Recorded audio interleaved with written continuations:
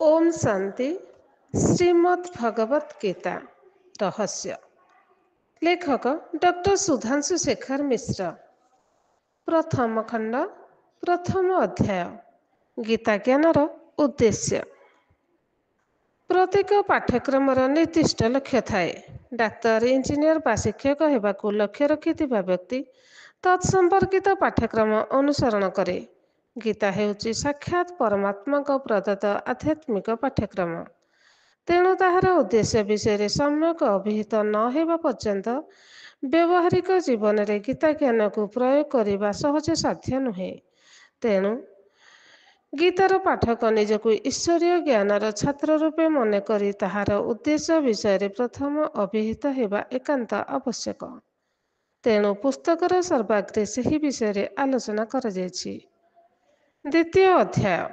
श्रीमद् भगवत guitar यथार्थ स्वरूप। विभिन्न समय विभिन्न ग्रंथकारक हस्तक्षेप फल अन्य पुराण शास्त्र परि गीता मध्य तार आदिम स्वरूप हराइछि। एहा उपरे अनेक गवेषणा होइछि, अनेक प्रश्न उत्थापन होइछि। एही अध्याय सेही विषय गुड़िक उपरे सविस्तर आलोचना कर जायछि। द्वितीय अध्याय। तृतीय अध्याय। महाभारत युद्धर यथार्थ स्वरूप और गीता प्रकरणर पुनरावृत्ति। महाभारत युद्धर ऐतिहासिकता संबंध में विभिन्न विद्वानों मध्य मतभेद देखा जाए। महाभारत ग्रंथर विषयवस्तु पाठ कले एवं ताहार रचनाशैली को अनुसरण कले आमे जानिपारिबा जे ताहा एक महाकाव्य, ऐतिहासिक ग्रंथ नुहे। निष्पक्ष भाव में एही ग्रंथ अध्ययन कले मनरे केतेक प्रश्न उत्पन्न हुए। सेगुड़िक मध्यरु केतोटी मुख्य प्रश्न है। कुरुक्षेत्र पड़ियार सीमित क्षेत्रफल मध्य 18 अहेक्षणी विशिष्ट विशाल सेना बाहिनी समागम कौन संभव थिला? प्रकृत में जदि एपरी एक युद्ध होइथिला तेबे ताहा केबे ओ किपरि होइथिला? एक राजपरिवार मध्य उपजिथिबा कलहरु ଯେଉଁ रक्तरंजित महाविनाशकारी भयंकर युद्धर सूत्रपात होइथिला ସେଥିରେ कौन भगवान प्रकृत में अर्जुन सारथी रूप जोगदी अंशग्रहण करथिले? अर्जुन को युद्ध पाई प्रेरणा देवा कौन गीता ज्ञानर उद्देश्य थिला? सांप्रतिक विश्व परिस्थिति सह महाभारतर वर्णित तत्कालीन समाजर सामाजिक, राजनैतिक, अर्थनैतिक और धार्मिक अवस्था अविकल मेल खाउछि। परमात्मा मध्य धरा पृष्ठरे अवतीर्ण होई प्रजापिता ब्रह्मा माध्यम गीता ज्ञान शुणाउछन्ति। एही अध्याय उपयुक्त प्रश्न गुड़िकर आलोचना करा सहित महाभारत और गीता प्रकरणर पुनरावृत्ति सिद्धांत को दृष्टांत सहित प्रमाण करने को चेष्टा करा जाउछि। चतुर्थ अध्याय। गीतार दार्शनिक तत्व। विभिन्न धर्माचार्यगण निज निज मतवाद को गीता समर्थित बोली प्रमाण करने पाई भाष्य रचना करिथिबारु सेमानक मध्यरे मतभिन्नता देखा देवा स्वाभाविक। गीतारे थिबा ईश्वरीय दर्शन मनुष्यकृत वाद विवादरु ऊर्ध्वरे। परस्पर विरोधी मतवाद द्वारा मनुष्यर बुद्धि विभ्रांत होई पड़े। से केउटी को सत्य बोली ग्रहण करिबो बुझी न पारि किंकर्तव्य विमूढ़ होई पड़े।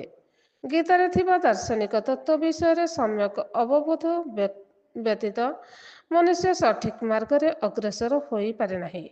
एही अध्याय यथा संभव तत्संपर्कित आलोचना करा जाउछि। पंचम अध्याय। आत्मा तत्व। समग्र गीतारे विक्षिप्त आत्मा विषय अनेक कथा कहा जायछि।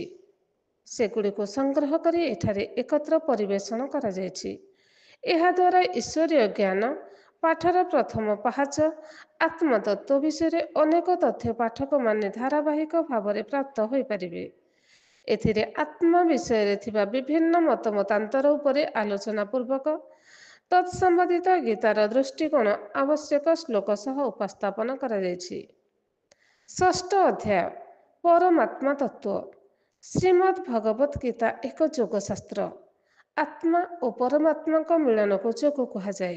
तेणु उभय विषय सठिक ज्ञान आहरण करने योगाभ्यासी व्यक्ति एकांत आवश्यक।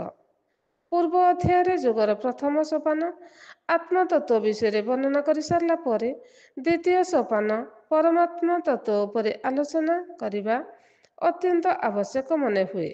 ତେଣୁ ଗୀତାରେ ବିଭିନ୍ନ ଅଧ୍ୟାୟରେ ବିଭିନ୍ନ ଶ୍ଲୋକରେ ପରମାତ୍ମା ବିଷୟକ ଶ୍ଲୋକ ବା ଶ୍ଲୋକାଂଶ ଗୁଡ଼ିକୁ ଏହି ଅଧ୍ୟାୟରେ ଏକତ୍ର ସଂକଳନ କରି ଆଲୋଚନା କରାଯାଇଛି।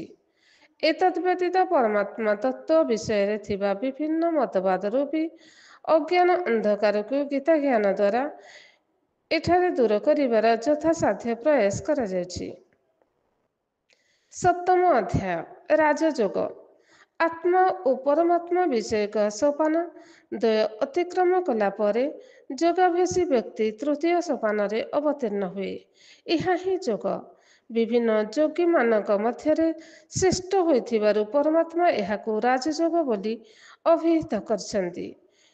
କେଉଁ ଜ୍ଞାନ ଆହରଣ ଓ କେଉଁ ବିଧି ନିଷେଧ ଗୁଡ଼ିକର ପାଳନ କଲେ ମନୁଷ୍ୟ ଇହଜନ୍ମରେ ସାକ୍ଷାତ ପରମାତ୍ମାନୁଭୂତି ଲାଭ କରିପାରିବ, ସେ ବିଷୟରେ ଗୀତାର ବିଭିନ୍ନ ଅଧ୍ୟାୟରେ ବର୍ଣ୍ଣନା କରାଯାଇଛି। ପରମାତ୍ମାଙ୍କ କଥିତ ତତ୍ସମ୍ବନ୍ଧୀୟ ଶ୍ଲୋକ ଓ ଶ୍ଲୋକାଂଶ ଗୁଡ଼ିକୁ ଏକତ୍ର କରି ଆଲୋଚ୍ୟ ରାଜଯୋଗ ଶୀର୍ଷକ ଅଧ୍ୟାୟରେ ସବିସ୍ତାର ବର୍ଣ୍ଣନା କରାଯାଇଛି। ମୋହଗ୍ରସ୍ତ କର୍ତ୍ତବ୍ୟ ବିମୁଖ ଅର୍ଜୁନଙ୍କୁ ମହାଭାରତ ଯୁଦ୍ଧରେ ପ୍ରବୃତ୍ତ କରାଇବା ଉଦ୍ଦେଶ୍ୟରେ ଶ୍ରୀକୃଷ୍ଣ ସମର ଭୂଇଁରେ ଗୀତାଜ୍ଞାନ ଶୁଣାଇଥିଲେ ବୋଲି ଟୀକାକାରମାନେ ବିଶ୍ୱାସ କରି ତଦନୁଯାୟୀ ସେମାନଙ୍କର ଟୀକା ଲେଖିଛନ୍ତି। କିନ୍ତୁ ପରମାତ୍ମା ତତ୍କାଳୀନ ମାନବ ସମାଜକୁ ହିଂସା ପ୍ରଣୋଦିତ କର୍ତ୍ତବ୍ୟ ରୂପକ ଯୁଦ୍ଧ ପାଇଁ ନୁହେଁ, ଯୋଗ ମାର୍ଗରେ ଶତ୍ରୁ ରୂପରେ ବିଘ୍ନ ସୃଷ୍ଟି କରୁଥିବା କାମ କ୍ରୋଧାଦି ମନୋବିକାର ସମୂହ ସହିତ ଯୁଦ୍ଧ କରିବା ନିମିତ୍ତ କହିଛନ୍ତି। ଆବଶ୍ୟକ ଦୃଷ୍ଟାନ୍ତ ସହ ଲେଖକ ଏଠାରେ ତାହା ପ୍ରମାଣ କରିବାକୁ ଚେଷ୍ଟା କରିଛନ୍ତି। କ୍ରମଶଃ ଓମ୍ ଶାନ୍ତି।